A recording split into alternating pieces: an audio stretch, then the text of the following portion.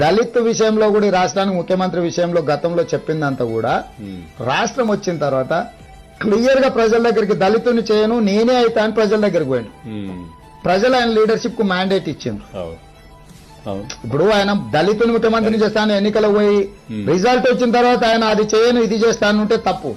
నేను చాలా సందర్భంలో ప్రైవేట్ డిస్కషన్స్ లో చాలా మంది అన్నప్పుడు ఉద్యమ నేపథ్యంలో మాట్లాడిండు, కానీ ఎన్నికలు వచ్చినప్పుడు ఎలక్షన్ మేనిఫెస్టోలో క్లియర్ కట్ గా నేనైతే రాష్ట్రానికి ముఖ్యమంత్రిని, నేను ఇంకెవరి చేతిలో పెట్టినా కూడా ఇది చెల్లకుండా పోతుంది, ఇటు పోతుంది, అటు పోతుంది, అందరు చేతగాని వాళ్ళు నేను ఒక్కనైతే చాలా రీజనబుల్ గా మాట్లాడుతున్నారు మీరు.